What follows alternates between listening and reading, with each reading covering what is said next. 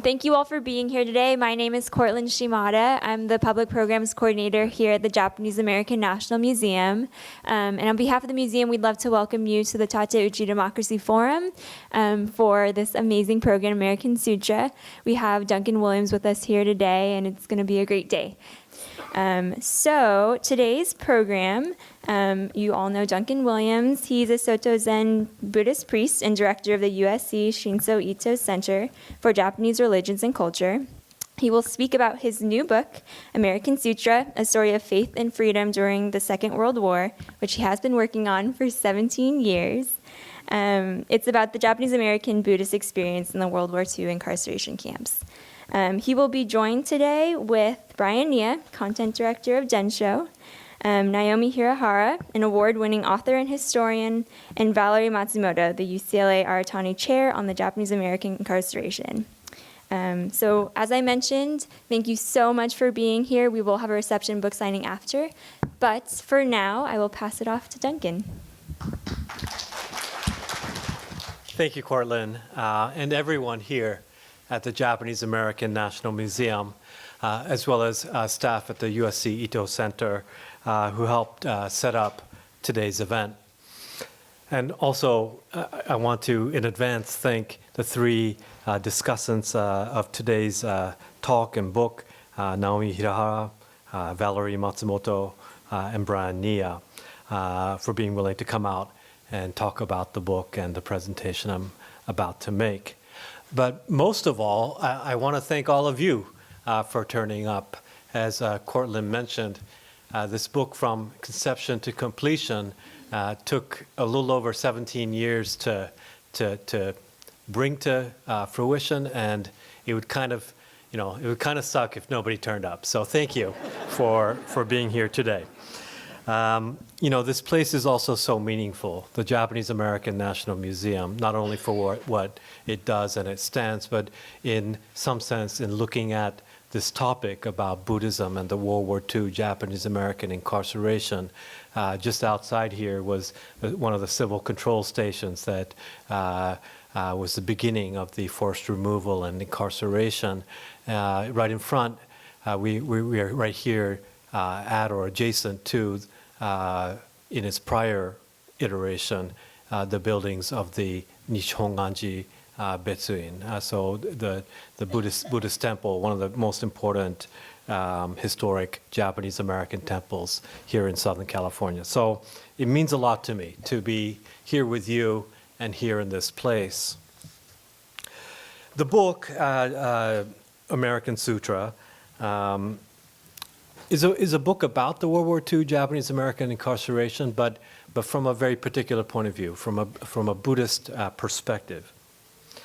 And it's a book about America and this important moment in American history, but it's also a book about Buddhism.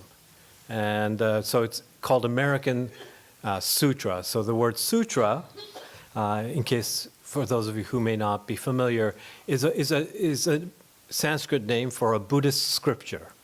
A text containing the words and teachings of the Buddha, meant to guide those yearning for freedom, awakening, and a compassionate life. And so I titled the book this, American Sutra, because of those Buddhist lessons that deeply informed the World War II experiences of Japanese American community members, of whom over 2/3 were Buddhist, which made them the largest Buddhist community in America at that time.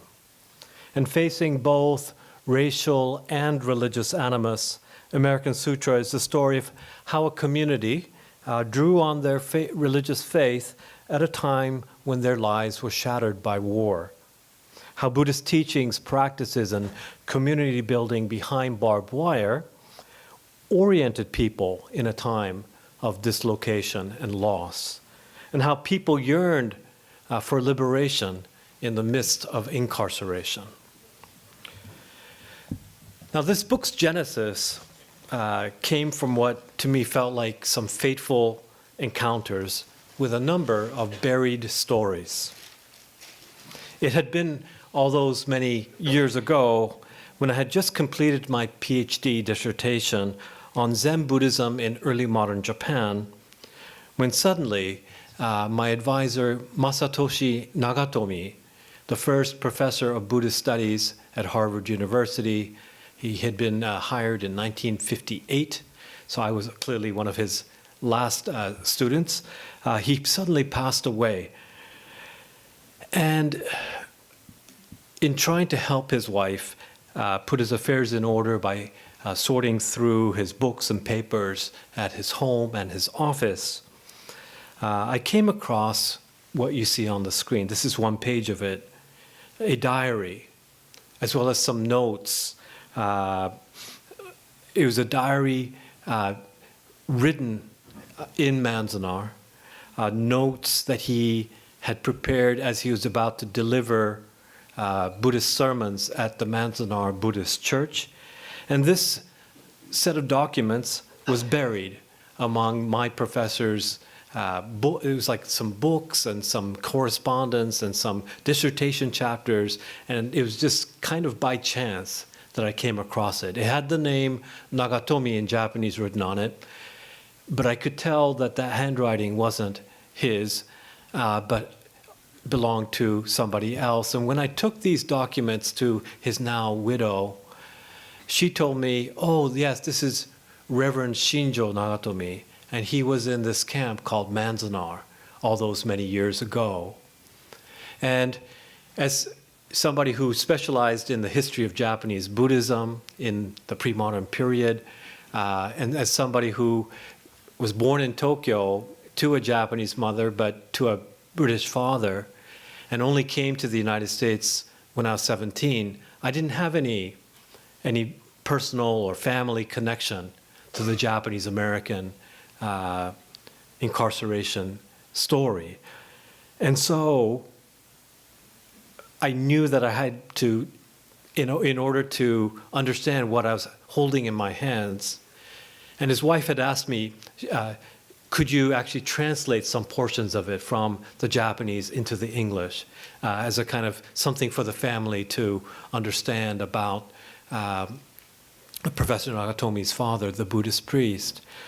And when I agreed to do that, I didn't quite understand at that time the significance of this kind of document. All I knew was that my professor had somehow, without even ever having disclosed its existence to his wife, kept these diaries and Buddhist sermons of his father, kept it in his office all those years.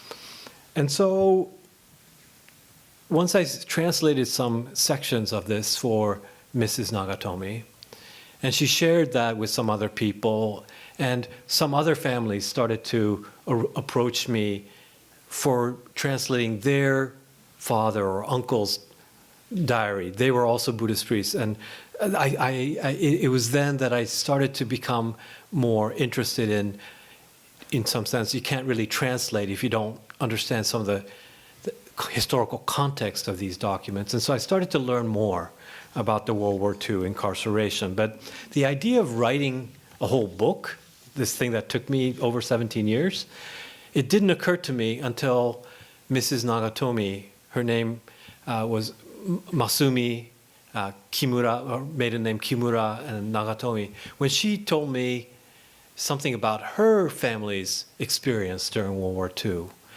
At the time of Pearl Harbor, she had only been a 10-year-old girl, born and raised in Madera, California, in the Central Valley. And her parents had, run a farm.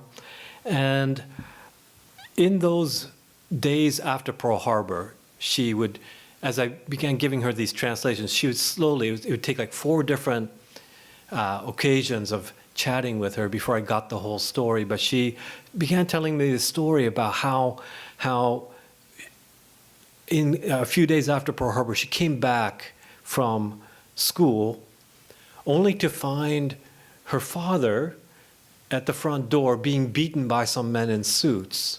And she peered into the house, the living room and the kitchen, and she saw at the kitchen table her mother sitting very still with a shotgun to her head.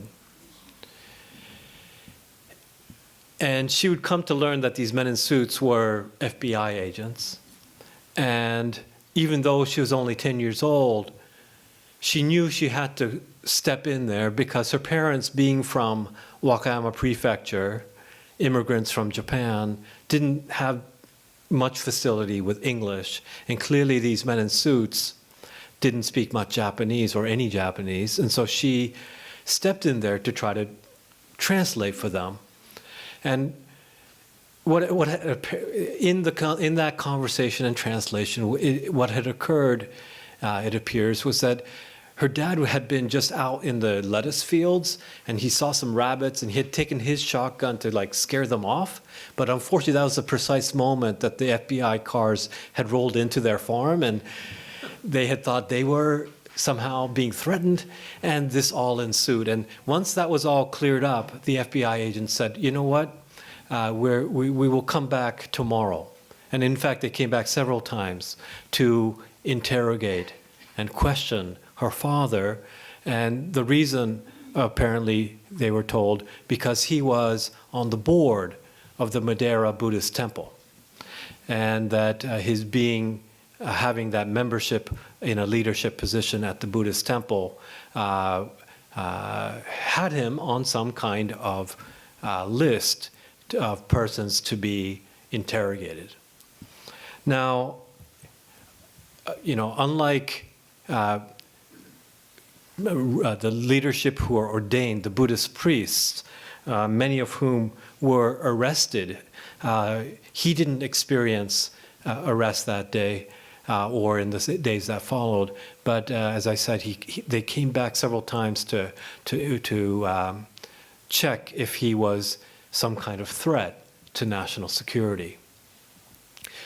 Buddhist priests, on the other hand, were not just among the first that were arrested, but the very first person that the FBI visited, even before the smoke had cleared at Pearl Harbor at 3 p.m. on December 7th, 1941, they arrested Bishop Gikyo Kuchiba, the head Buddhist priest of the Honpa Honganji Buddhist temple in Honolulu. The Soto Zen priest in nearby all of the different Buddhist priests from the Nichiren sect, the Shingon sect, all arrested within hours of the Pearl Harbor attack, being part of some list that the intelligence agencies had compiled of arresting community leaders in case of a time of national emergency, in this case of war with Japan. None of these arrests, and by the way, Buddhists Buddhist priests and Shinto priests as a category of person were considered within the intelligence agencies as persons of particular interest. And although not all Buddhist priests were arrested right away, and even some weren't arrested until, or not arrested, but were only went along with their communities in the mass incarceration after the Executive Order 9066. The vast majority of Buddhist priests were picked up in this initial roundup on the day, in the days that followed, the weeks that followed the Pearl Harbor attack. And this was not some kind of panicked response to what was admittedly a surprise attack. The Office of Naval Intelligence, the Army G2 military intelligence, as well as the FBI, had all assumed that war with Japan would be coming. I think they had some assumptions that it would be the Philippines that would be attacked, and there would be the Pearl Harbor attack itself was a surprising attack. But they were quite sure that war with Japan in the Pacific, as the Imperial Japanese Navy and the Pacific Fleet, there was a calculation within the U.S. government and intelligence agencies that war with Japan was inevitable. And from as early as the late 1930s, they had begun to consider who would be arrested in case war with Japan happened? Who would be interrogated? What would need to be happen? Like, would martial law need to be declared? There are all kinds of scenarios that they thought through, and surveillance on Buddhist temples had been occurring from the late 1930s into 40, 41. Registries or lists of people in varying degrees of threat to national security was also being combined. And so when Pearl Harbor Day happened, as I mentioned, even before the smoke had cleared, even before the 330 martial law was declared in Hawaii and a new military government went into place suspending the Constitution, they were ready for this roundup and incarceration. So, today when we think about Buddhism, it's kind of everywhere, right? It's almost like fashionable, like, mindfulness courses at Google, or Thich Nhat Hanh being interviewed by Oprah, or somebody like Senator Mazie Hirono, the first Buddhist elected to Congress, grilling Attorney General and U.S. Supreme Court nominees, that we find that Buddhists and Buddhism is quite, or has become very much a part of America's religious and even cultural landscape. But in December 1941, this was not the case.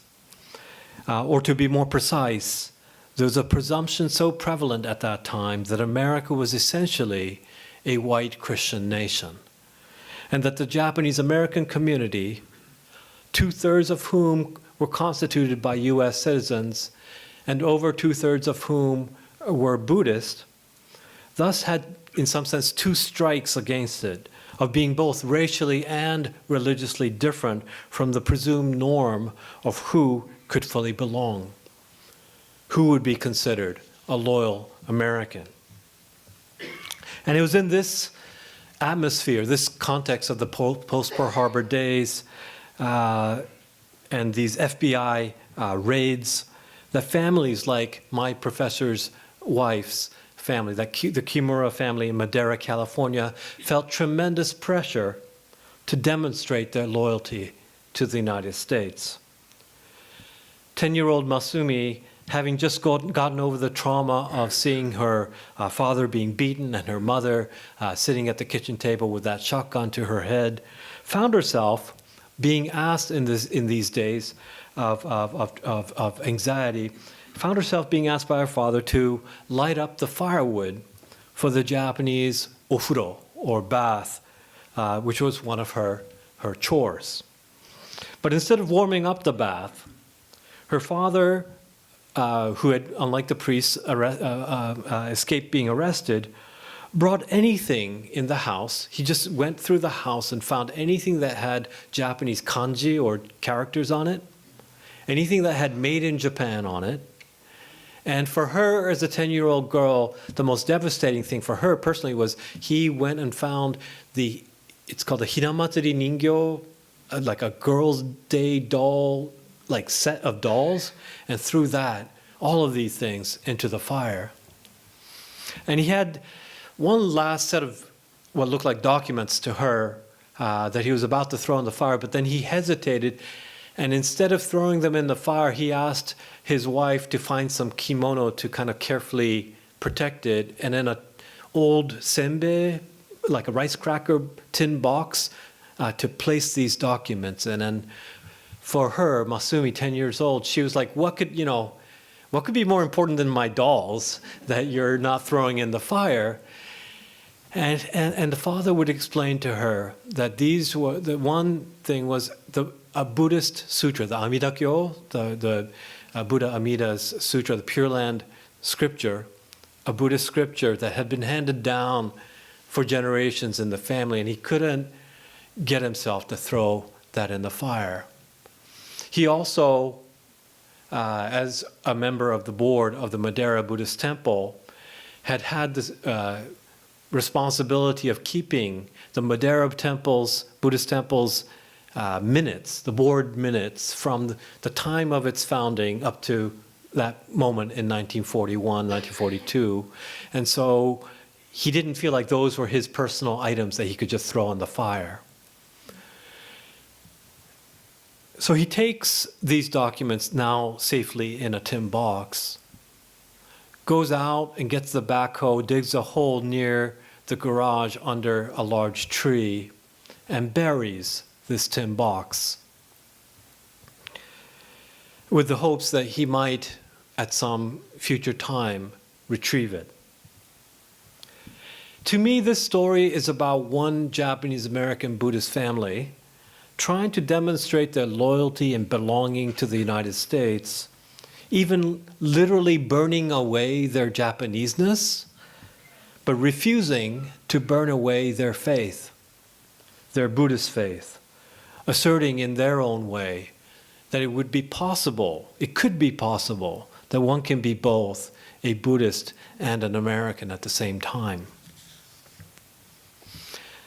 Now, as you all know, the practical consequences of the February 19, 1942 issuance of the Executive Order 9066 by President Roosevelt was the forced removal of over 110,000 persons of Japanese ancestry from the Pacific coast.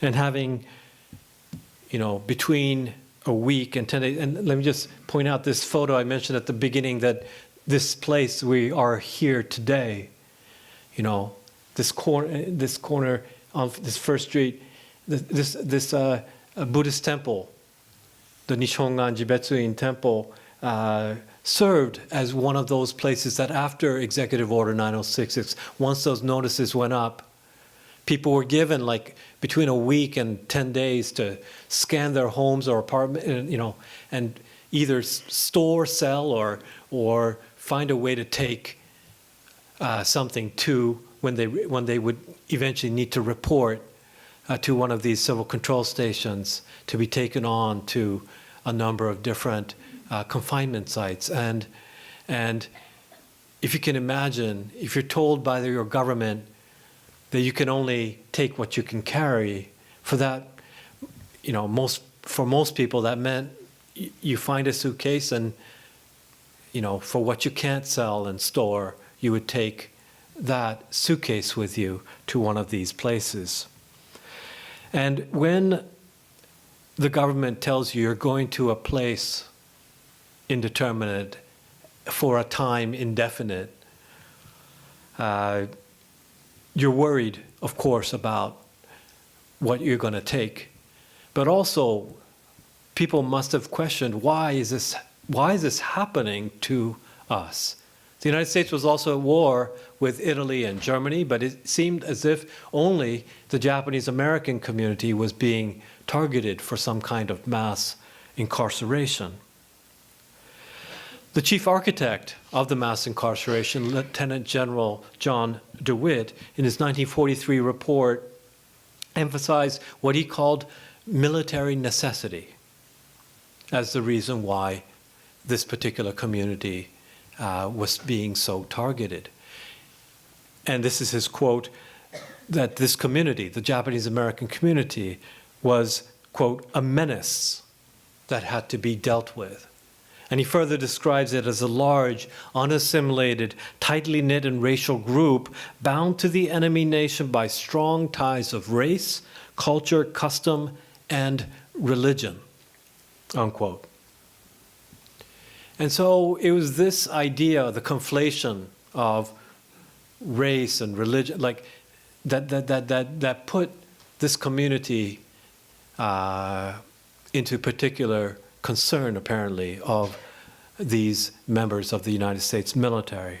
Another person in that project of the mass removal and incarceration, Colonel Carl Bendiston, went in some sense, a step further in explaining just how thorough or just how total this forced removal was going to be. When he famously responded to the question posed to him about whether or not right here in Los Angeles, there was an orphanage that had, children without parents, 3-year-olds, 5-year-olds, babies even, mixed race babies even, and was asked, with the Executive Order 9066, it doesn't actually use the word Japan or Japanese American or anything like that in the Executive Order. It gave that discretion of who to target as a threat to national security to the Army.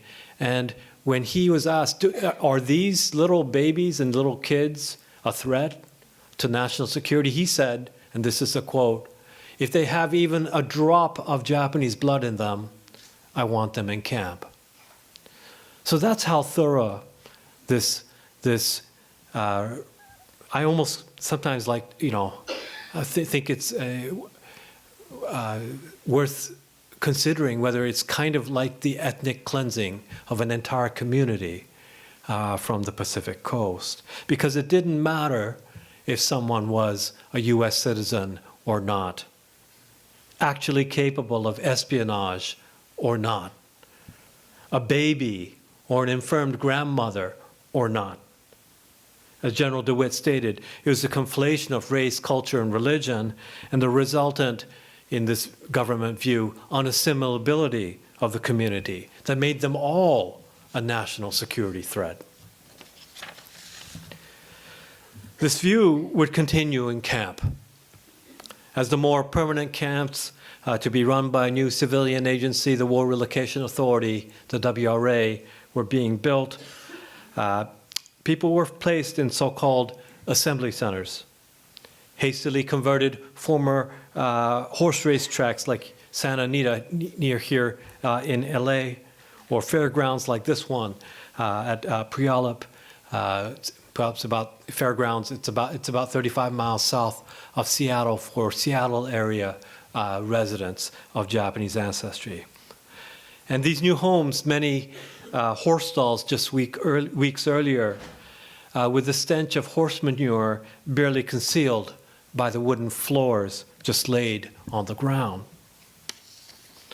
Treated by their government as if they were little more than cattle, families tried to regain a sense of dignity, a sense of normalcy as they unpacked their suitcases.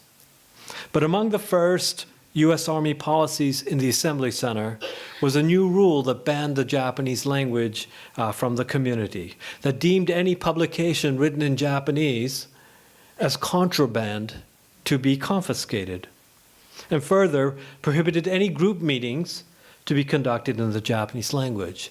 And practically, what did that mean? That meant that if you had a Buddhist sutra or a scripture, if you had a book of Japanese like poetry, that was now contraband.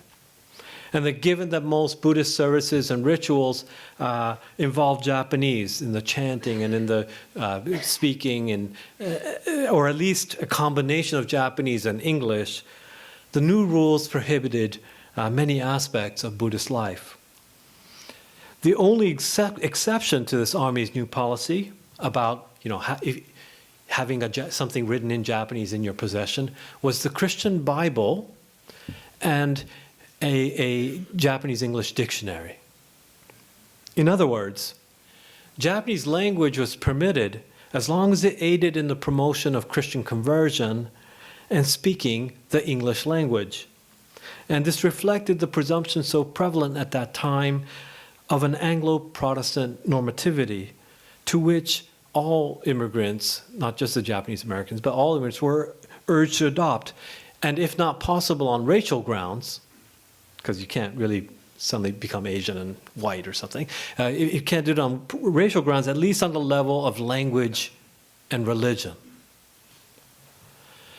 But whatever the government confiscated as contraband, it could not so easily take away what people held in their hearts.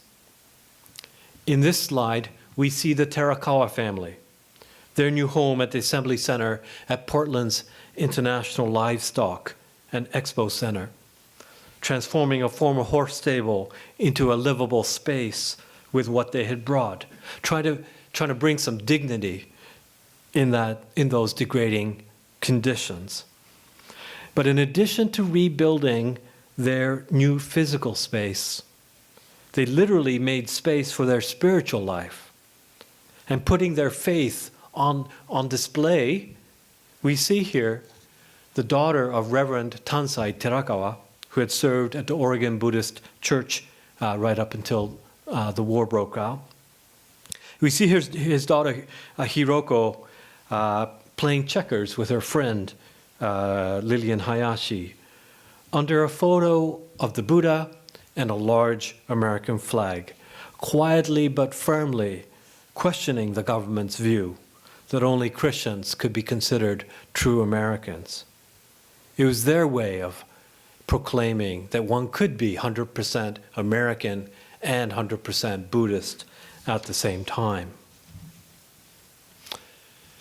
Now, unable to bring all of their necessary ritual implements and usual items to practice Buddhism, once out of the assembly centers and in the WRA camps, Buddhists had to make the best of their difficult karmic situations to rebuild Buddhism and recreate a Buddhist life behind barbed wire.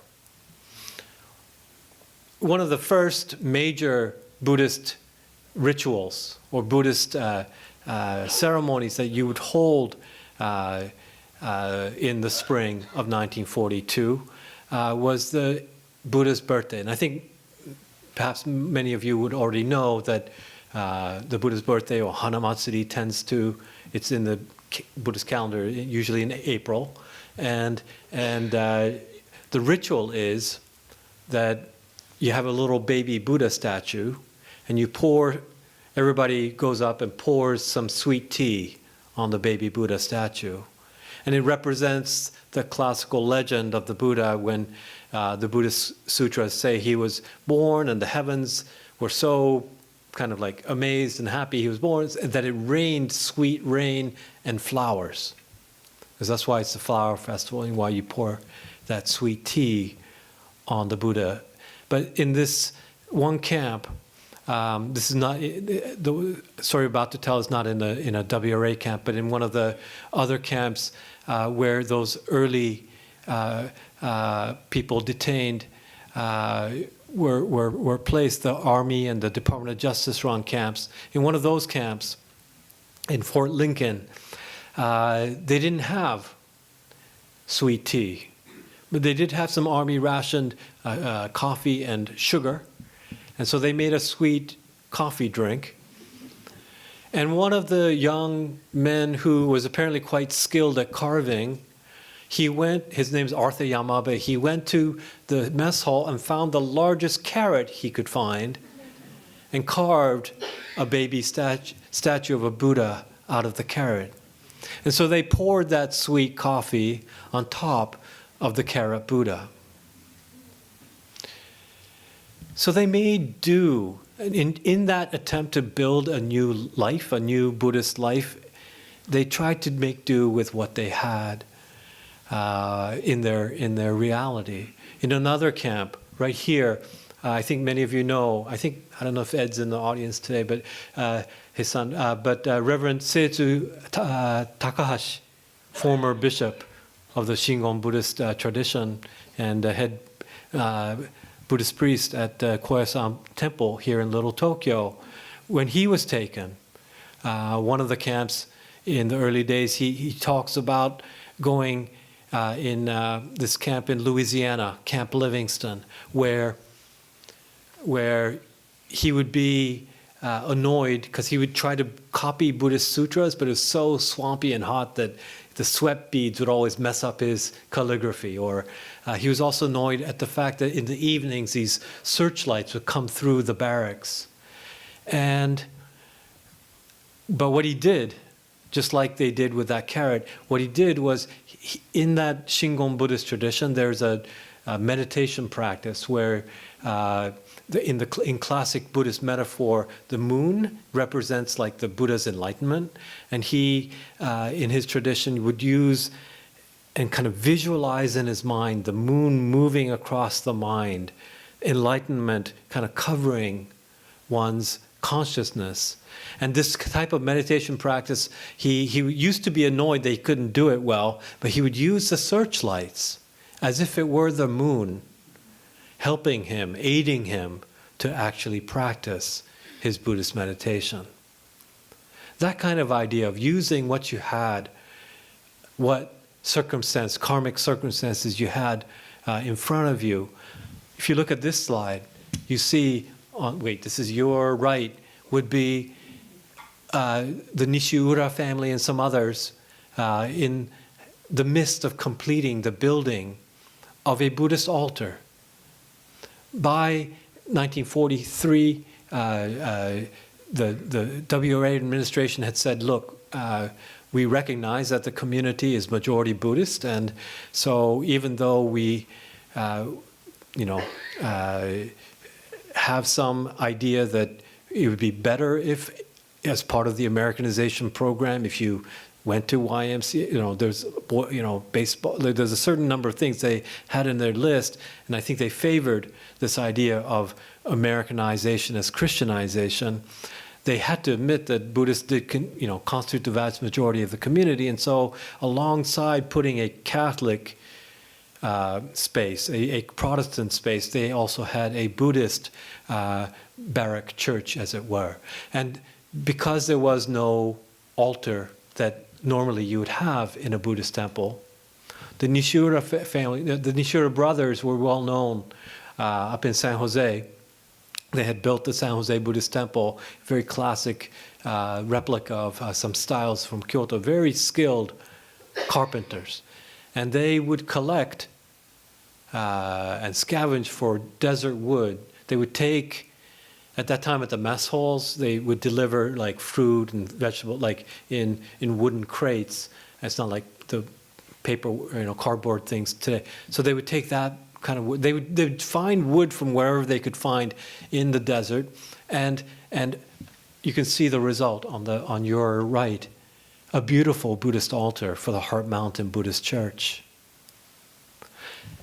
And finally, this picture at the bottom here, a ojuzu, or Buddhist rosary, a Soto Zen Buddhist priest in another camp, one of the army camps, found that they had a rationed number of fruit per week, and he would collect the peach pits of what was available, and to make this Buddhist rosary for being able to count mantras for meditation and chanting.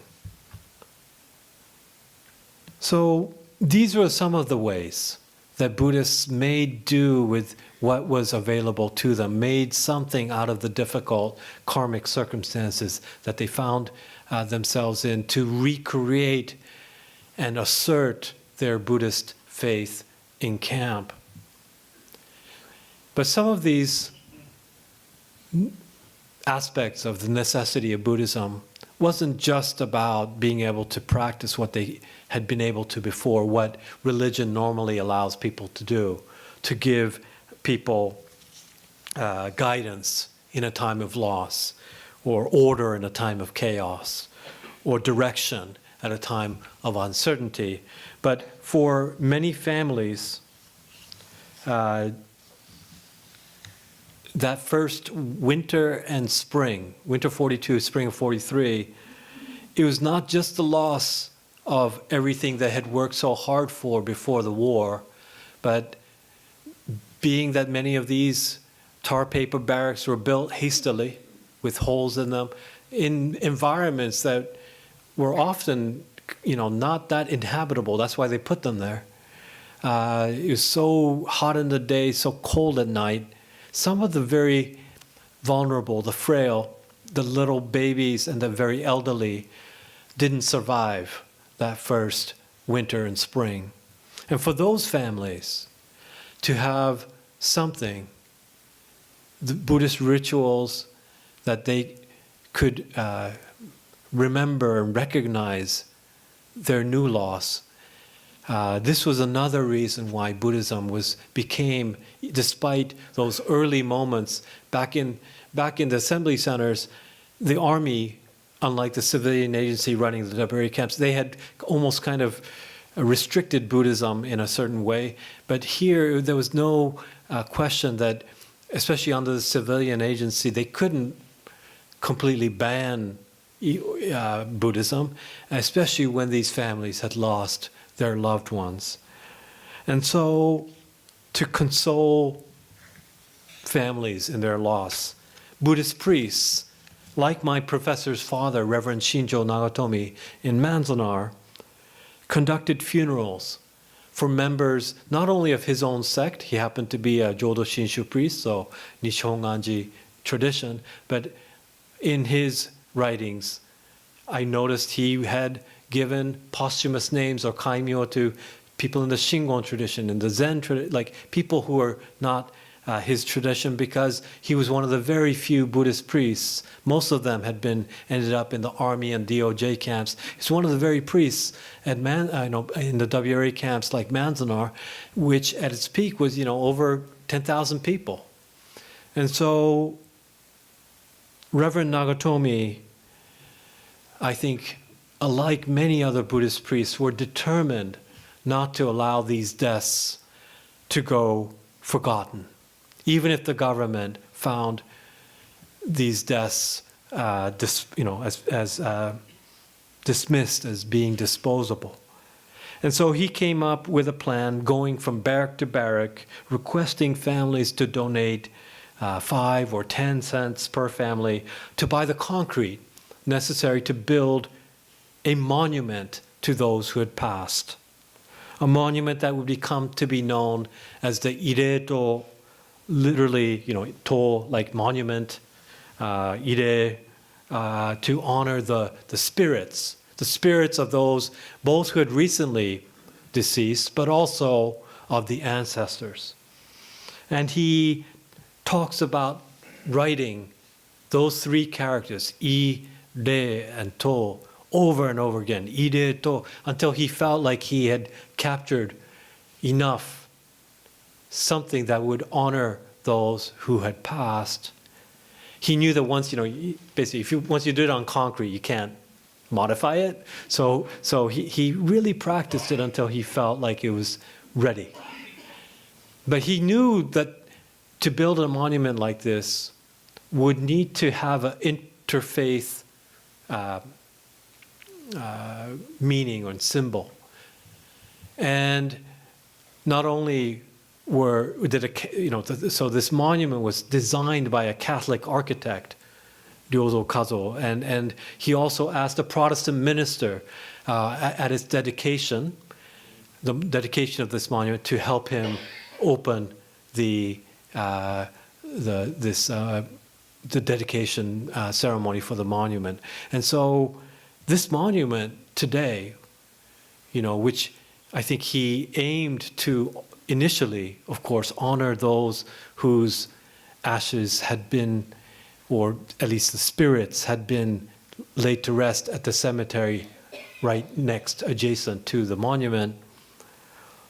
He wanted to find a way to recognize their lives and the rooting of the community in the soil of California, even if that territory happened to be behind barbed wire.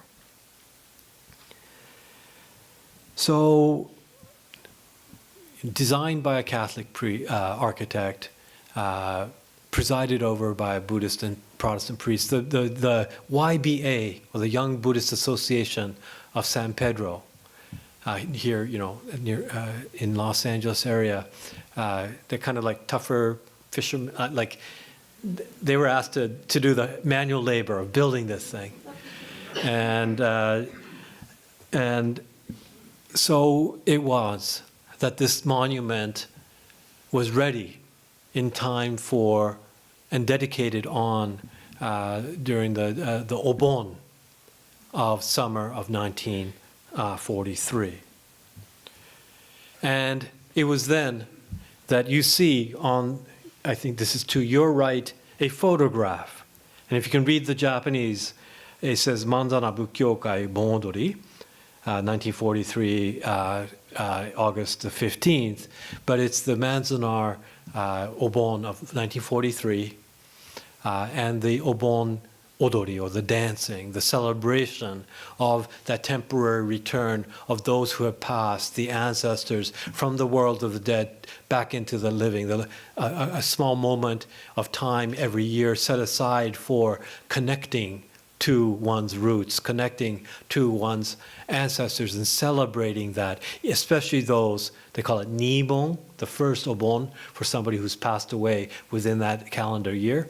He wanted to make sure that monument was built for this occasion. And thousands, in fact, some reports talk about the majority of the camps of some camps in Heart Mountain, that's top above Amache, Colorado, and of course in Manzanar, thousands of people turning up for that Obon of 1943, publicly asserting that this Japanese Buddhist tradition was not going to be forgotten.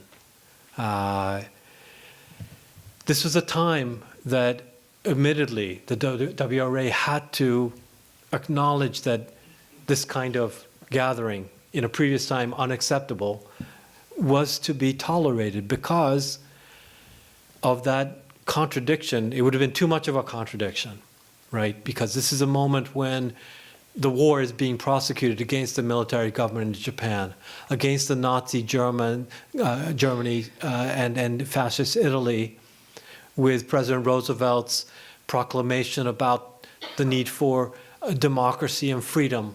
He called it the four freedoms that the war effort was being fought for. And one of them, of course, was religious freedom. So at least in terms of the government's perspective, they had to at least give some recognition to the idea that this was a free country when it came to conscience and religion.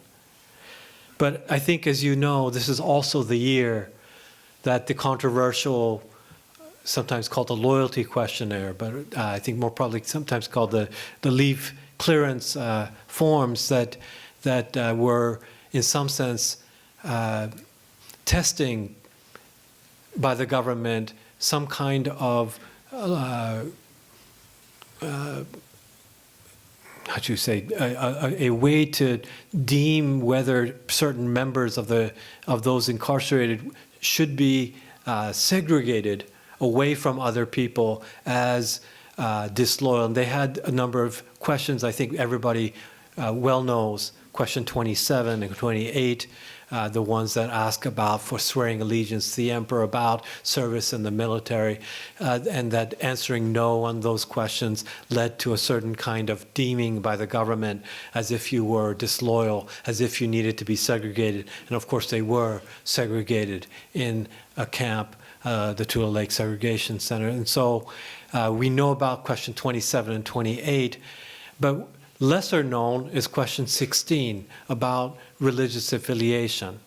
Again, this is really about leave clearance as well. So people were getting evaluated as to whether they could leave camp to serve in the military, could leave camp to go to, if you were say, a college student, to go to a college further east, if you could go out to get a job, if you had a sponsor in a place like Chicago or elsewhere. And so they were evaluating people, and on that basis, if you answered Shinto on question number 16, that was an automatic rejection of leave clearance. If you answered Christian, you got +2 points. And if you answered Buddhist, you were a -1. All right. So despite, in some sense, lip service paid to the idea of religious freedom, we mentioned the barrack churches, we mentioned allowing things like Obon to happen and the funerals to happen, not far beneath the surface, the American government was still grading people, assessing people, just as they had prior to the war, on the basis of what religion would be considered truly American, what would be negatively American or completely un-American. I want to bring this, my presentation, to an end so that we can have our distinguished guests talk about this. But let me conclude by talking about the end of the war. As most of you know, most families were given $25 and a one-way train ticket to go somewhere. People returning to the Pacific coast often faced hostility and other kinds of challenges. For example, to go back to the Kimura family, my professor's wife's family, returning to Madera, California, they had to sell their farm for 1/20th of its market value when they had left to go to the Fresno Assembly Center.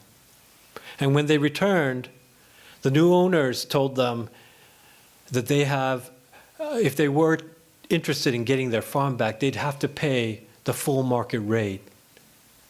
And, they didn't have the money to do that, and they had some relatives here in Los Angeles, so they reluctantly,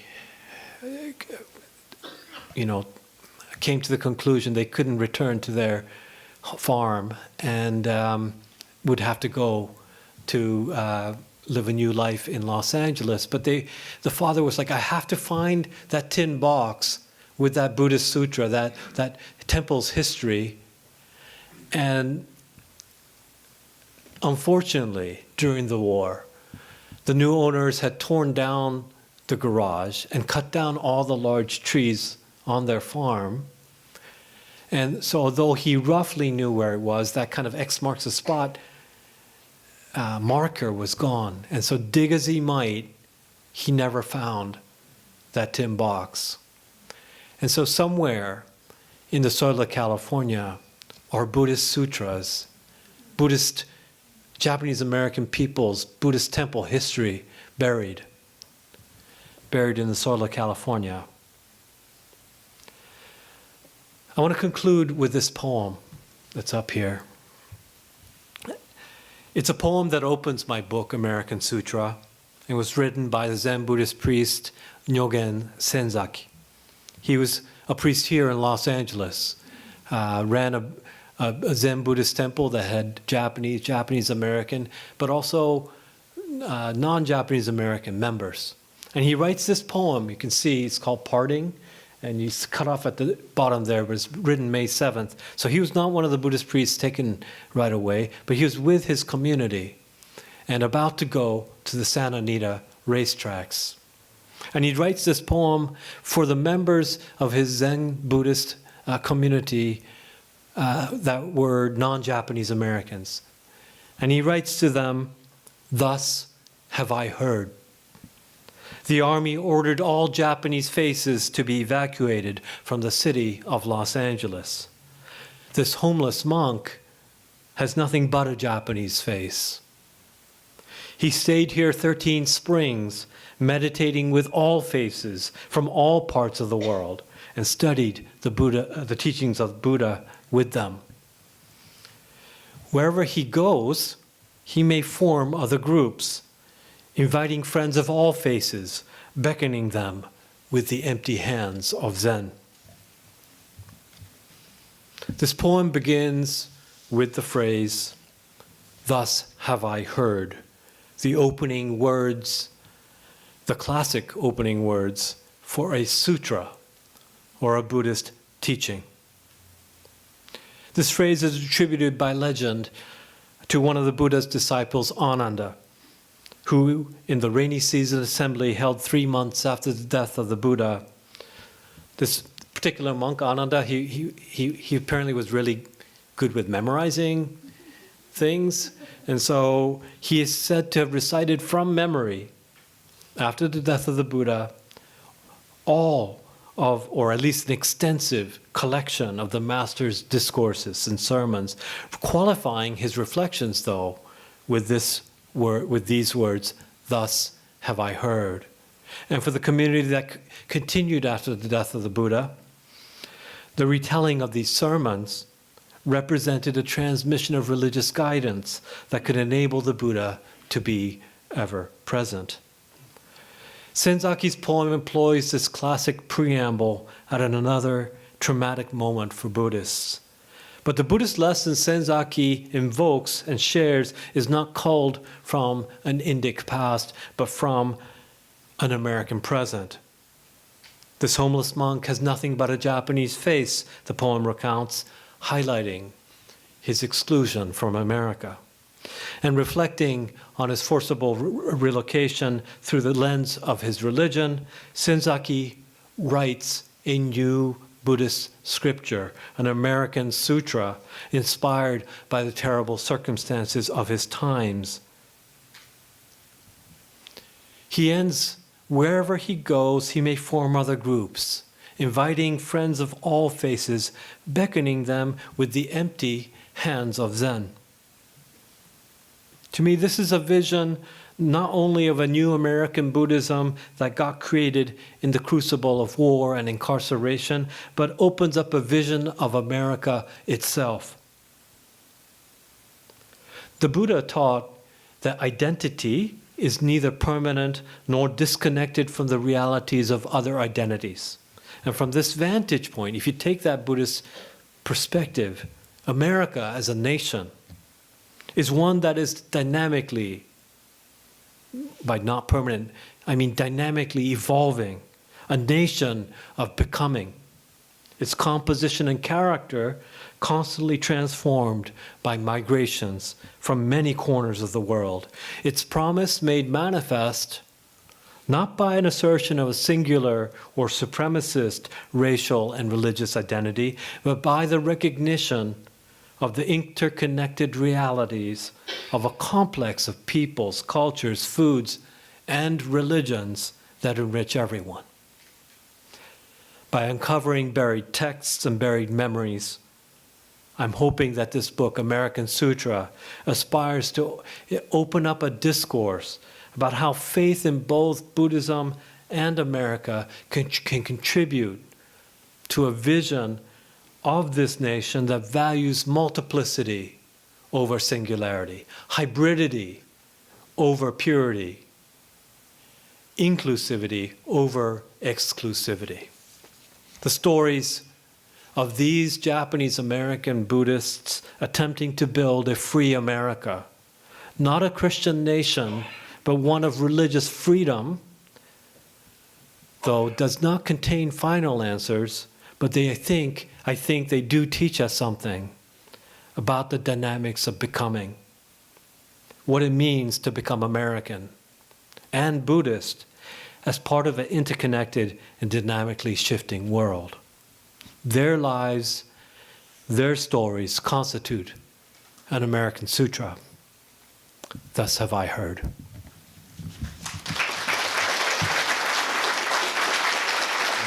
I want to introduce three wonderful people who I think most of you who come to Japanese American National Museum events regularly know them, and they really don't require introduction. But Brian Niiya, the content director for Densho, who is really one of the most, I always consider him like the walking encyclopedia of Japanese America. He knows everything, and he read sections of this book even before it got published and found errors here and there, and I take responsibility for all errors, but he did point out a few to me, and I'm looking forward to what he has to say now that the book is complete.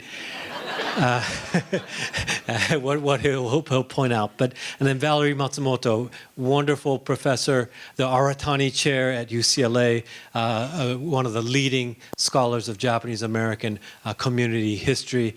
I so appreciate your coming up this afternoon. And finally, Naomi Hirahara, writer, amazing award-winning mystery writer, community presence, a community chronicler, somebody who is so deeply invested in not only local history, but the history of this period and its connections to this city of Los Angeles, as well as like terminal, so many different histories of our region. And so it's my privilege to have these three very important members of the community and scholars to reflect on what I just talked about and also about the book. And let me turn things over. And so please help me welcome these three, and we'll start with Brian Niiya.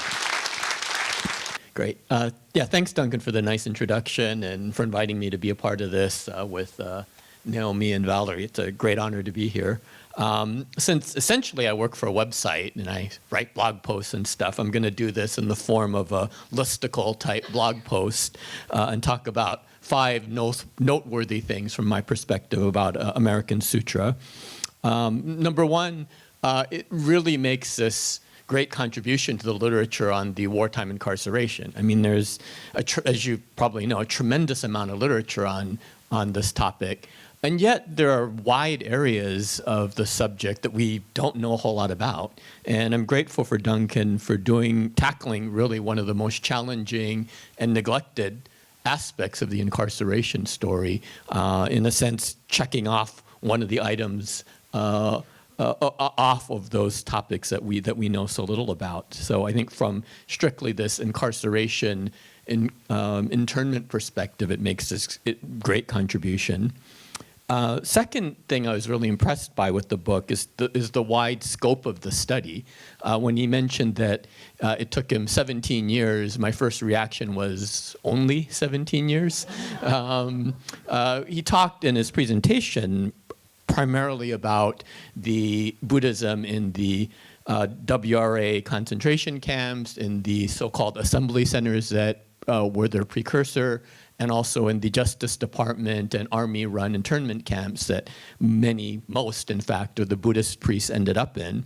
But the book is also about Buddhism in martial law Hawaii, about Buddhism in the 100th Battalion, 442nd MIS, the story of Nisei in the Army, and also the much neglected topic of resettlement and return, the kind of the post-war adjustment. And those are really critical parts of the study. So it's just very impressive in taking this very broad scope of the subject matter and not being just about one camp or 2 camps, as many of the studies on important subtopics tend to be.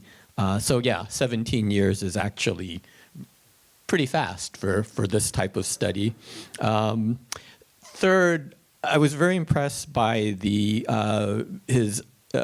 use of some really unique and previously unknown sources. In particular, the unearthing of diaries by some of the interned Buddhist priests that turn up in Japan after the war.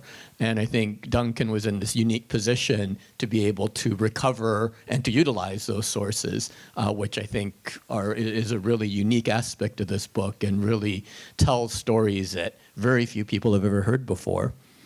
What was that, 3? I'm in history. I've left the math stuff behind long ago. Fourth, American Sutra, I think, from a Japanese American history framework, can be seen as part of this body of scholarship, much of which is centered on resistance, that challenges a kind of this conventional narrative of Japanese American history and of the removal and incarceration, much of which has kind of an implicit Christian framework, kind of assimilationist, kind of this model minority view that I think many people still subscribe to on some level, and that it contributes to asking the question of really redefining of what does it mean to be American, and questioning that. And I think it's of a kind with some of the resistance scholarship and other scholarship that challenges those types of views. And then last, is that, and I think this is most important in a lot of ways, is that while this is a rigorously scholarly book based on years of research with dozens, hundreds actually of footnotes, it's actually a really enjoyable book to read. I frame those two things as an opposition, but there are, in fact, many books that are both, and this is one of them. Many really interesting stories, some of which he touched on in his presentation, that are new in terms of no one has really addressed it in prior scholarship. But I think what was impressive also is telling some really familiar stories to those who know the literature. in particular, I was taken by the story of Richard Sakakida. Are you familiar with him? It's a very well-known story of a Japanese American Nisei war hero, and although that undersells him quite a bit, but retelling this very familiar story in a completely different way that makes you rethink what you know about that story, and many stories about the 100th and 442nd, which I didn't think was possible to look at in a different way, but looking at it from this Buddhist framework does make you see these and other familiar stories in I think, a unique way. So I feel like, the book is both good for you, but it also tastes good. So I think it's well worth the time, even for a non-specialist, to read, as opposed to those of us who have to read it. It's quite enjoyable, is what I'm. So I'll end with that. But thank you, Duncan, and thank you for inviting me. And it's really great to be here in this panel. In reading American Sutra, I was not only struck by the way it illuminates the significance of Japanese American Buddhists in the struggle for religious freedom in the United States, but I was also captivated by the range and the richness of the voices that Duncan has painstakingly gathered and presented. I could not help but think about how their stories connect with the holdings of this museum. And adding further layers of meaning to intimate objects, such as the sennin bari created by women with wishes of protection for a son or brother going off to war, or the stones painted with sutras at the heart-mounted camp, or the obutsudan cherished by many families before the war and today.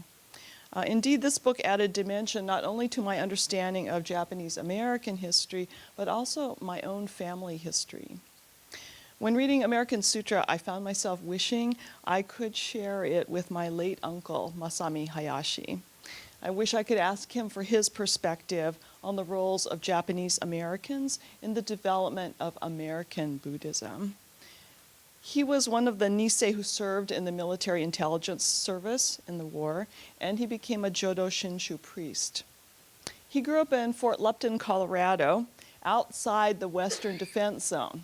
So his family was not incarcerated during the war.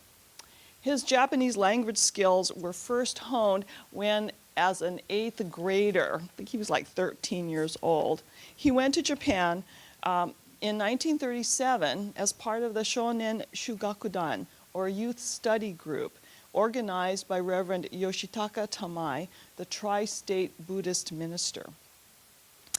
When Uncle Masami received his draft notice during World War II, his excellent Japanese language and cultural skills routed him into the MIS.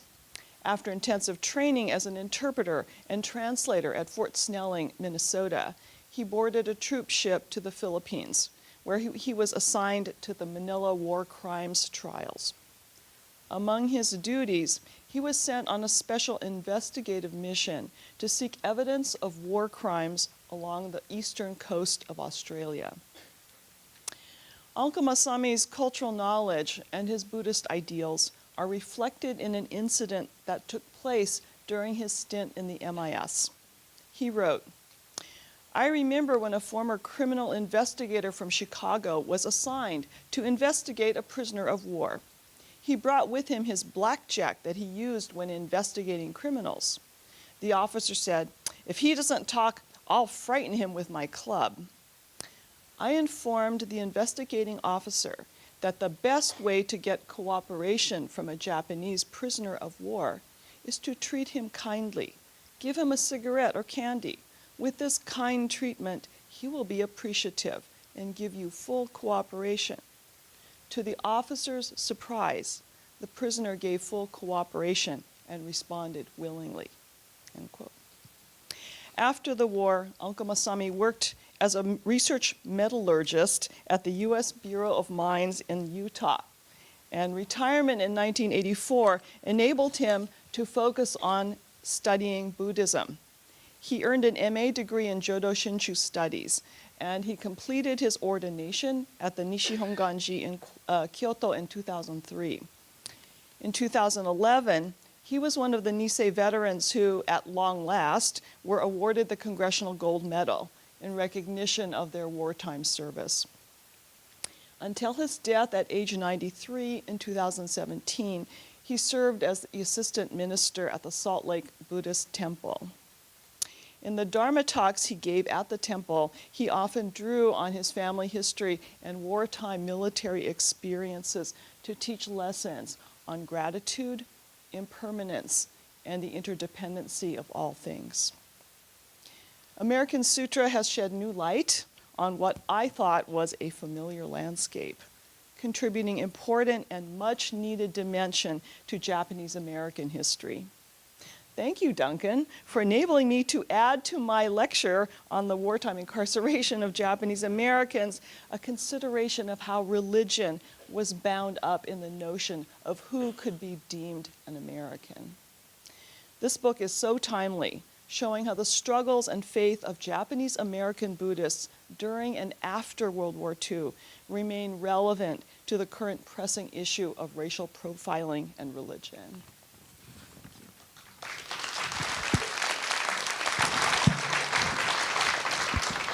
Valerie, when you spoke about Japanese language studies, it took me back because we studied Japanese together in the 80s. We were in the same class at Stanford University. So,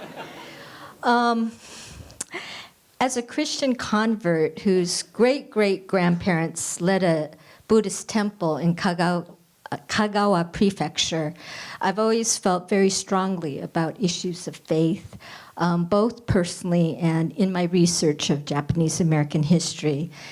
Professor Duncan Williams has been my go-to source whenever I come across something that requires his expertise of Japanese Americans and Buddhism. One example was for the Terminal Island book. There was a Soto Zen sect on the island, and it was like, we need more information. And then, of course, I sent an email to Duncan, and he was able to respond, and he knew about the priest, and it was so helpful. Terminal Island, in which Duncan has a section in his book, also had a Shinto shrine, and that's kind of one of my obsessions right now, to learn more about Japanese Americans and Shintoism. There was, so that shrine on Terminal Island was one of the few operating ones on the continental US. And I believe there were one or two in Little Tokyo. We don't know much about them. And one was probably in this general area. And of course, it's not here anymore. Another thing that, when I was reading American Sutra, there were familiar names of Buddhist leaders that came up.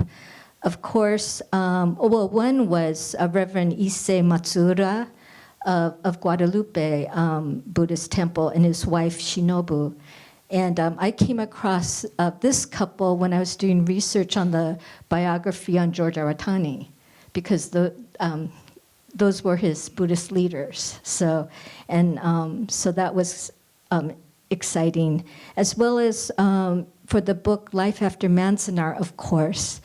It begins with Reverend Shinjo Nagatomi, who was part of the last people to leave Manzanar. He wanted to make sure that the people in the camp were all safely dispatched to wherever they were going. And he eventually went over to serve at Gardena Buddhist Church. So it was exciting to have some photos of him in our book, and to read. So I had a question for Duncan that maybe he could answer later. I was just so fascinating about his diary journals, and I know you have some excerpts in the book, but I was just wondering, were they more like logistical, or just like this happened this day and I did this, or how much of it really expressed the issues of faith and being in camp and incarcerated? I was just curious about that. We saw photos of the Obutsudan that the Nishiura brothers had done, And I had encountered the Nishiura brothers actually in working on a book on Manabi Hirasaki, because his family, his father had commissioned this Japanese house to be moved from the World's Fair to Gilroy. Of course, you have to have it in Gilroy, right? In the middle of garlic fields.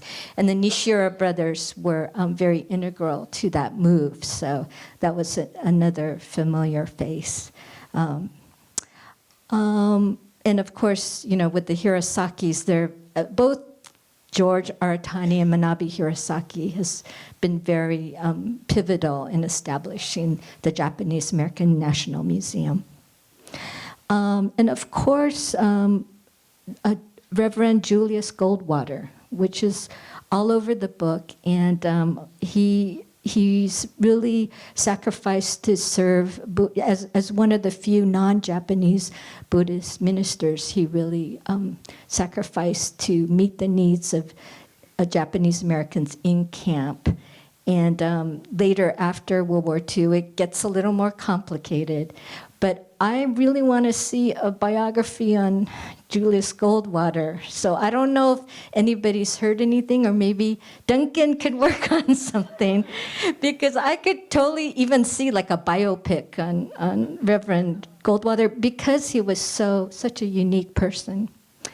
The title of the book, so I interpreted the title a little differently. The American Sutra, A Story of Faith and Freedom in the Second World War. I thought it was, and I think we had some conversations about it. I thought it was interesting that Buddhism is not explicitly stated. Of course, if you know what sutra is, you are, I mean, on the spine there's the Dharma wheel, but some people might not know what that is too. I guess for me, I took it as this is a book, of course, that is about Buddhism, but something that really connects to this particular time.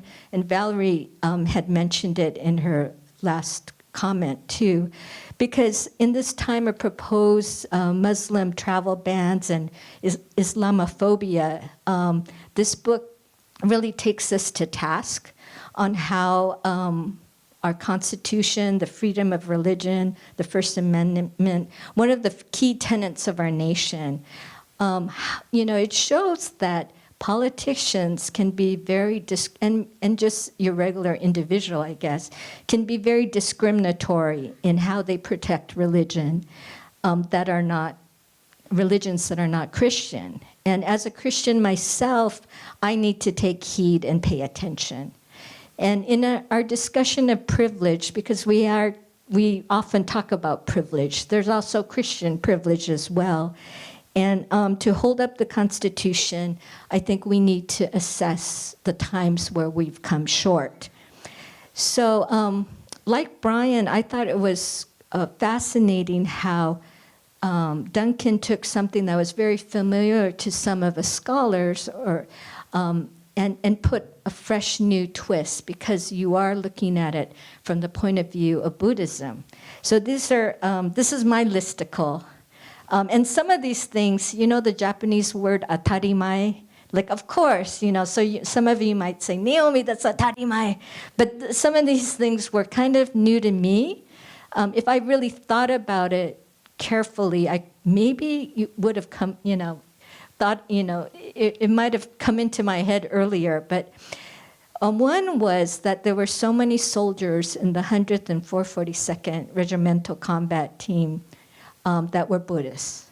Atarimae, right? You're saying there were so many, most of us were Buddhists, so of course, but it didn't really dawn on me. And that so that was reportedly 70 to 80% were, according to Duncan's research. And 400 of the 506 Hawaii-born killed in action were Buddhists.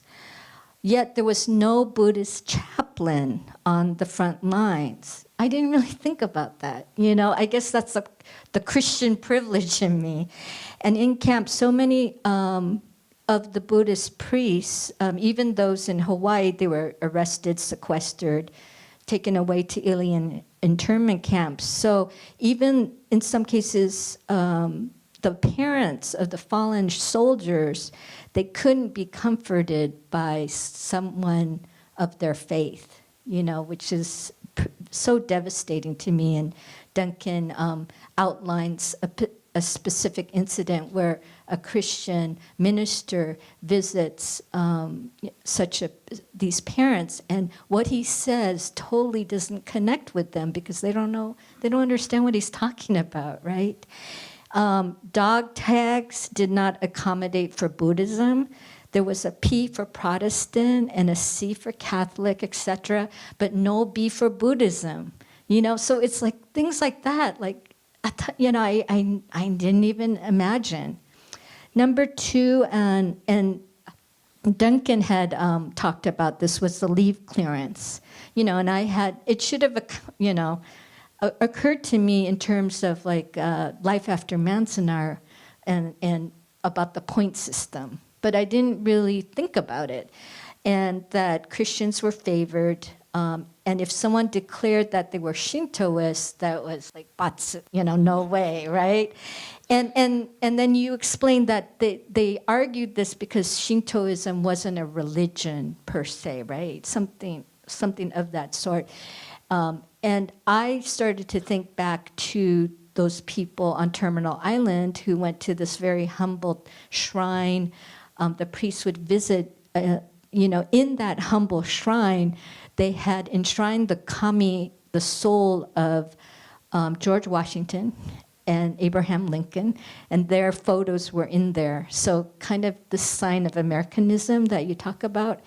And also the priests would go and visit the fisherman's family when the fisherman was ready to go off on a dangerous expedition. So that's, seems kind of like religious, spiritual to me. So number three, I was familiar, of course, with Father Lavery of Maryknoll Catholic Church and other Christian leaders on the outside, a lot of Quakers, right, who came from the outside into the camps to assist. But I didn't think of, there's not that many non-Japanese Buddhist priests who could do the same. And that's where here Julius Goldwater was. But the poor man, like he was everywhere. He was going to all the camps, right? But as Duncan mentions in his presentation, the lack of help from Buddhist leaders from the outside didn't keep them from practicing their faith. Okay, and finally, I really appreciated that the story, and Brian mentions this too, that the story in Hawaii was integrated in the volume. Because a lot of times we just see, as the story of camp or the incarceration story, and then there's a separate book on Hawaii. But to have them both integrated together was very illuminating. That it was unconstitutional, but the government officials discouraged the practice of Japanese religious activities other than Christianity in Hawaii until April 1944. Shinto shrines were taken over, and many Buddhist temples were eliminated. And I love the Jizo, right? The Jizo statues that you see, like when you go to Japan and in front of like Koyasan and other places. And just to read that white soldiers vandalized the Jizo statues, and in one case, they used a Buddhist statue for target practice. And 2 Buddhist temples in Hawaii were set on fire. So in light of everything that we're going through today as a country, all of these things that I just mentioned, it gives me pause. And people talk about religious tolerance, but I think we have to go beyond tolerance and become more educated and respectful of our neighbors and fellow Americans who value spirituality to help them enhance their lives, strengthen their families, and get them through dark times. So thank you very much, Duncan. And I want to know if this is going to be translated into Japanese. Thank you so much, Naomi and Valerie and Brian. Before we open it up for a conversation with all of you here in the audience, maybe I'll make a quick response to your comments, just because they're so kind and helpful. And one thing I probably should mention is that this book, about 3-4 years ago, it was this 700-page monster of a book. And, if you're trying to get to the finish line and get this thing published, you need a publisher that's going to think that you can do a book like that. And ultimately, this book from Harvard University Press, they agreed to, basically, if you cut it in half. So that's how it ended up. And so a lot of stories that I'd hoped to get in the book, I wasn't able to. And of course, as Brian pointed out in my presentation today, there were quite a few topics that did make it into the book, but I didn't get to talk about. And all three of you mentioned, for example, the MIS or the 100th and 442nd. So the military, the 3 chapters that tackle different aspects of military service. And I wanted to just make this note about this paradoxical situation where for the military intelligence service to really work, they simply could not, at that time, they had less than 100 people, apparently, who were non-Japanese Americans who were bilingual enough and knew enough about, like they call it Heigo, but like military Japanese, to be effectively prosecuting the war in the Pacific. Because in terms of translating military or captured military, documents or strategies, listening in on radio, interrogating prisoners, code breaking, all kinds of things that are necessary to prosecute a war, it required especially the members of the Japanese American community who had, especially those who'd gone to, say, a Buddhist-run Japanese language school, or who had been, where it was a kibe and had spent some time studying in Japan, all people who were, from one point of view, the least Americanized and the least, therefore, to be trusted, ultimately were the most helpful. Ultimately, 6,000 Nisei having served in the Pacific. So that kind of topic is something I take up. The dog tags, the Buddhist chaplains, what happens in the camps as they try to support these soldiers and memorialize them once they come, once they learn of these deaths. So that's one thing I wanted to just thank you for noticing and telling. I think another quick point I would want to touch on has to do with sources. I think I tried to do something in this book where we were trying to not just tell the story from the outside in, but from the inside out. And when you try to do that, you also conduct interviews, and you're hoping people will share, their inside out story with you. And sometimes when these interviews take place, even though I started 17 years ago, even back then, people I interviewed were already in their 80s and 90s. And so, I know some people are in the 90s right here. And so I don't want to, but sometimes it's also hard to remember everything from back then. And so in terms of sourcing, I tried to do things where we had some government, reports and memos, with people's memories, along with contemporaneous sources like diaries. And I tried to do something about giving, especially those people who were Issei or Kibe, who left their memories in Japanese, to include their voices into weaving some kind of overall narrative.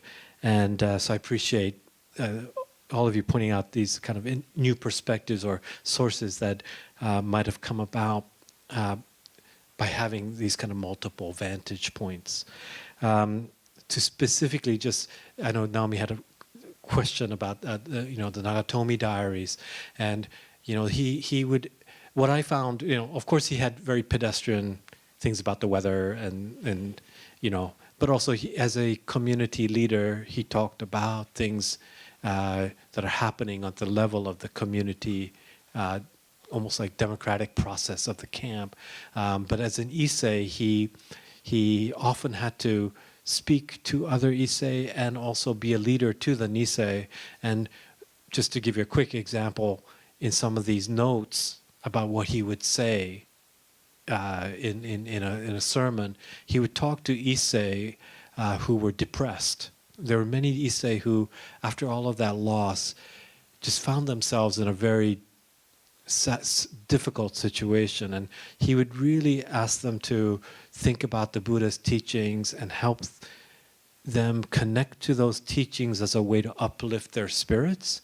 This is one aspect of some of those things in those diaries. Not everything made the cut when it moved from the 700 to the shorter version, but these kind of exhortations to encourage the Issei. And then on the other hand, for the Nisei, to tell them to become not only law-abiding American citizens, but to have loyalty to their country of America, and encouraging them to help to serve in the military, even if their own fathers and mothers may oppose it. And so he was a very interesting character, trying to play those roles in between the generations and in between different perspectives. And Naomi also mentioned Julius Goldwater, but like this idea of allies of the Japanese American community from outside of camp, people like Sunya Pratt, this female Buddhist priestess up in Seattle and Tacoma, helping those that went to Minidoka. Goldwater primarily, Manzanar, but as you mentioned, many other camps where he would, in the first instance, help to protect these temples that were here, right here, and other temples in Los Angeles area. And then once things were stored properly, to occasionally make these visits to bring out things out of storage to deliver them to people. Christians did that too. Reverend Emery Andrews up in Seattle from the Seattle Baptist Church. There are these people outside of camp who often were called Jap lover. They had to have gasoline was rationed at that time, and you had to get other people to help you out, get more gasoline to make those trips out to Manzanar and elsewhere. And these people also played a role in making that Buddhist life, Christian life, faith life possible in camp. So I'm going to maybe end there with my commentary on or reflection on the wonderful reflections. But first, could you help me thank the three presenters?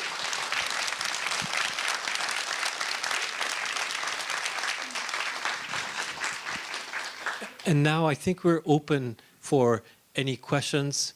If you ask a hard question, I'm going to punt it over here. We'll go to Brian or something. But I think there are microphones that are coming up and down. So if you have a question, if you could make it fairly brief, but if you could identify yourself and then ask your question, we'd really appreciate it. Thank you. Thank you so much for your presentations, all of you. My name is Marion Kovanik, Yoshiki Kovanik. And my question is, did you run into many situations where both religions existed in one family? The reason I ask is because that's that existed in my family. I had 5 uncles. 3 of them were, 2 of them, the older ones, were Buddhist. The 3 younger ones were Christians. When my uncle, the middle youngest uncle, was killed in action in Italy, he was buried in Italy. In 1949, the family requested his body be returned for reburial in the cemetery of our family. And he was a Christian. My grandfather, my two older uncles were Buddhist. That became an issue. I'm sorry, it's a long question, but that became an issue in the family to decide which religion he was going to be buried. It was a very hard. I was 7 or 8 years old, and I remember this discussion in the family. It was very heart-wrenching. It was very angry. And the ultimate decision that my Christian uncle, who was only 20 years old when he died, and 1 month to the end of the war, was buried a Buddhist. And that kind of thing is what, I don't know if you've run into it, or if you found other families that had those kind of issues and conflicts. I'd just like to know. Thank you. Thank you for your sharing that and also for your question. You know, I think there are different kinds of splits within families, right? And sometimes they became quite contentious. It could be splits not just about religion, but especially if you had kibe or members of the family that were at the time of Pearl Harbor in Japan and serving in the Japanese Imperial Army or Navy, and you had a son, let's say, and there were of course daughters that served in the military too, but in the MIS or 100th 442, those type of conflicts, you know, were very tough for some families when you had people on both sides, family members on both sides of the war. And religion, you know, cuts to the heart of that type of thing as well, where, you know, when you have a funeral or a memorial service, it's in part, of course, about that person who passed away, right? But also the service itself, whether it's Buddhist, Christian, or whatever, is also for the people that remain in this world. And so it's almost natural that if you have a split family, that those decisions about how to properly, from a spiritual point of view, from a family point of view, from a tradition point of view, and faith point of view, that these are going to be tough situations. And so I've certainly seen, I refer to a few people in these families who it's usually it's not both ways. It's usually the parents are Buddhist and the kids are Christian, rather than the parents are Christian and the kids are Buddhist. But this kind of dynamic, which many Buddhist families actually, you know, they thought even before the war that it would be like a good idea to like have their kids exposed to like Christianity and like go to, you know, I think they also had this idea, just as the culture generally did, that, you know, they become more American. They become able to assimilate easier if they had more white friends or went to churches that had the possibility of connections across Presbyterianism or Methodism or whatever. And so, so I think that quite a few families were in that kind of situation. I think not all were so difficult or contentious, but it has the potential to be, just because it so much goes to the heart of somebody's interior life, their faith life, and what does it mean to do something to remember their lives. So thank you for your comment as well. Can I briefly add, Duncan? Oh, no, it's me. I wanted to briefly bring up a couple points. One was, in your book, you also mentioned that there wasn't any Buddhist clergy in the war front. So I don't know if it's in your relative's case, but many soldiers were converted to Christianity when they went to war. So that just came up in my mind too. But also the issue you're talking about, I think it's common today in families. and it's more like the elder who's Buddhist dies, and the kids have to do the funeral, and many of them are Christian, and that's where it gets, you know, a little dicey. So I think it's a very fascinating issue that I think is still related to today. Thank you for your 17 years of working on this project and for preserving this history and well-needed filling that hole in our understanding. I don't know if you're familiar with Anne Blankenship's book that came out last year on Christianity, social justice, and the incarceration of Japanese Americans during World War II, but she mentions how those communities were very contentious. The Christian communities were very contentious, but being in the confinements of the camps, they had to get along. And she also mentions how that kind of blended the communities, the Buddhist communities with the Christian communities in the camps. For example, how Bonadori became kind of normalized within the entire community, for example, and how Christmas celebrations and Buddhist holidays were oftentimes, in certain circumstances, put together during December. And I was wondering, in your book or in your studies, how that community, how the Buddhist communities and those faith communities transformed by this experience of the war and the incarceration. Sure. Thank you for that question. I know Anne very well, and it's an important book. As Brian Niiya was saying, religion has been one of those kind of gap areas, and her book, and there's another one that's coming out from Beth Hessel on Christianity in the camps. These are really important gaps to be filled as well. And what you mentioned about the idea of contention between especially Protestant denominations in camp, it all had to do with physical space. And so the Catholics tended to have no problems. But if you were in the Protestant zone, you know, Baptists didn't necessarily want to have the same style of ritual, you know, or worship style as Episcopalians or Holiness Church, you know, Methodist. So it was the same thing with Buddhists. And what I talk about in the book is because they have to share a single space, initially they try to make these federations of Buddhists from, you know, Nishi Konganji, Higashi Konganji, Shingonshu, Zen, Jodoshu, you know, and Nichirenshu, and they try to figure out a way to practice together. And so in some camps, one practical accommodation was like, in different traditions of Buddhism, you chant different things, like in the Nichiren Higashi Honganji, Namu Amida Butsu, to homage to the Amida Buddha, or in Nichiren Buddhism, Nam Myoho Renge Kyo, to pay homage to the Lotus Sutra, or Namu Henjo Kongo Daishi for the Shingon tradition, etc. So what they decided was like, we'll just do Namu Butsu.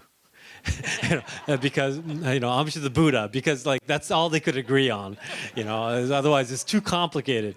But then, you know, after a while, that got unsatisfactory for most people because they had their traditional way of chanting things and they didn't feel, so I can go into a lot more, but there's many different examples of the camp experience, both making certain kinds of very special both tensions and cooperations, but also other things that were already happening before the war.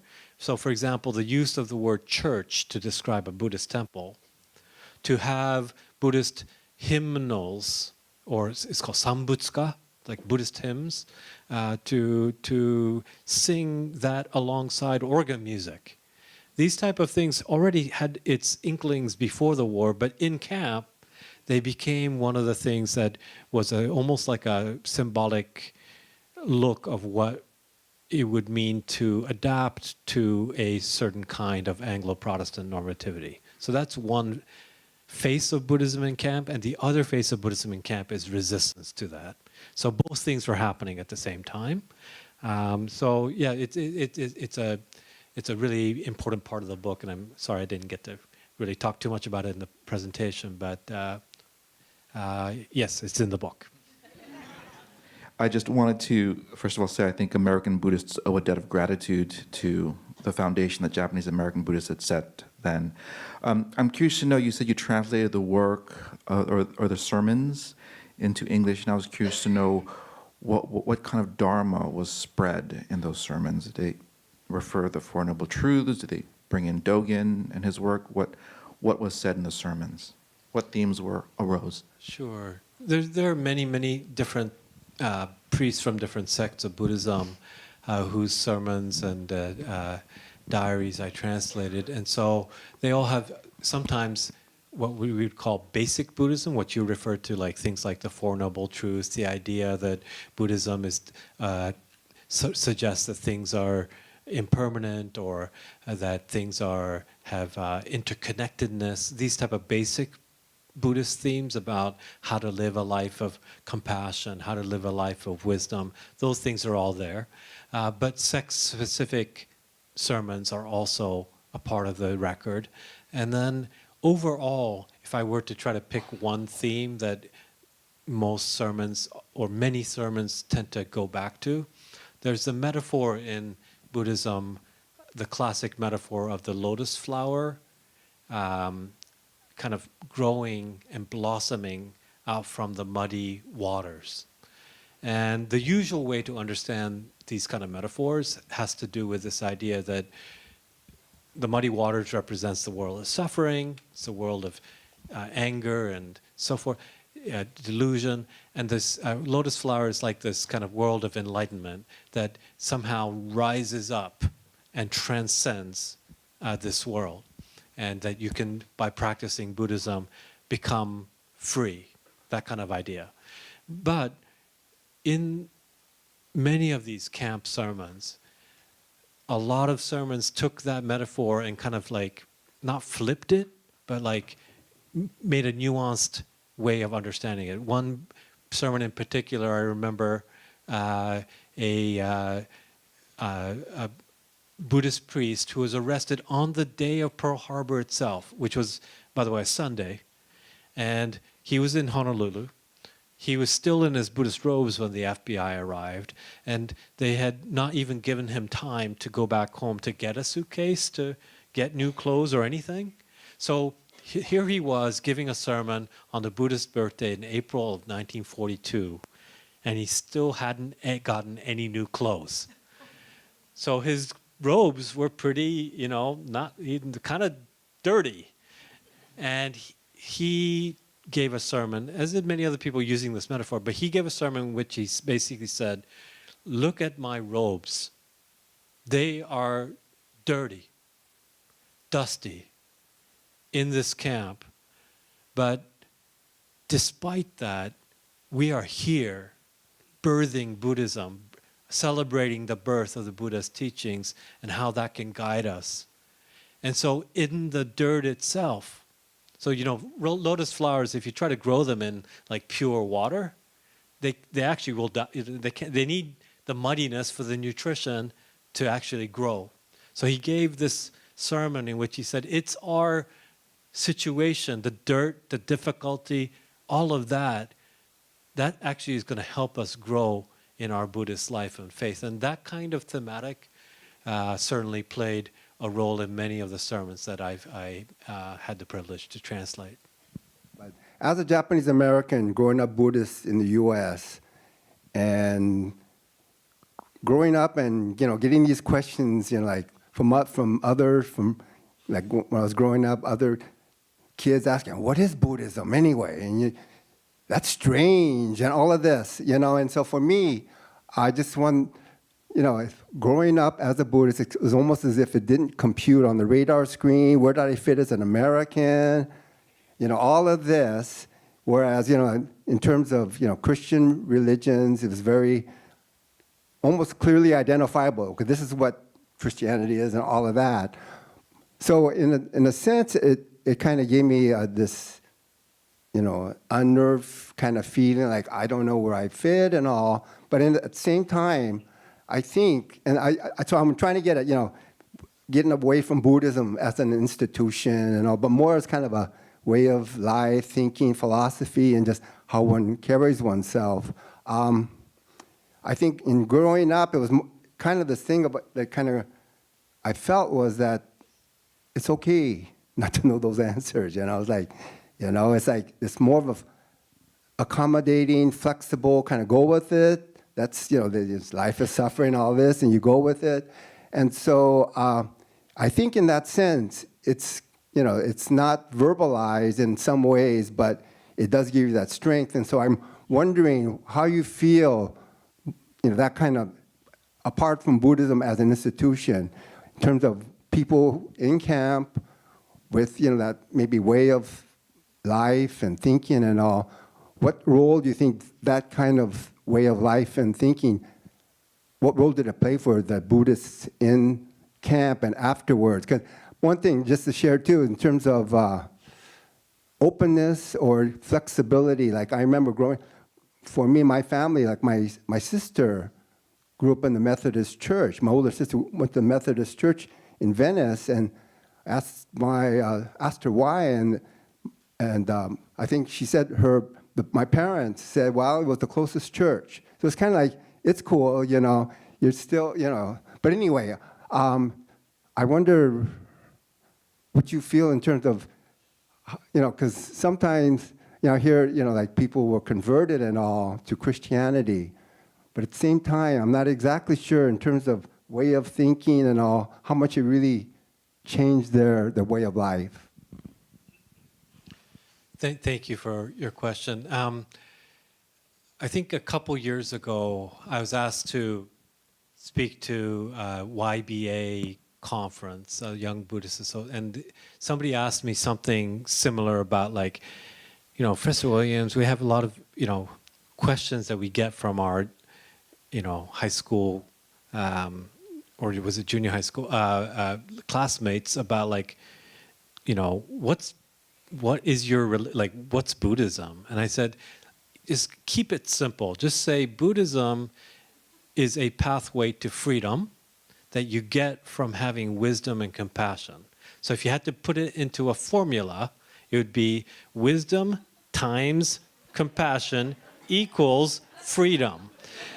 And I said, why would you just say that? Because you know what? Very few people are going to be like wisdom, boo, compassion, terrible, and few Americans will say freedom, no, So just say that. And so anyway, there are ways to talk about Buddhist doctrine or Buddhist institutions in these formal kind of ways, but I think you're pointing to something that's quite right, which is that a lot of times Buddhist ideas, Buddhist values are not just that kind of formula, right?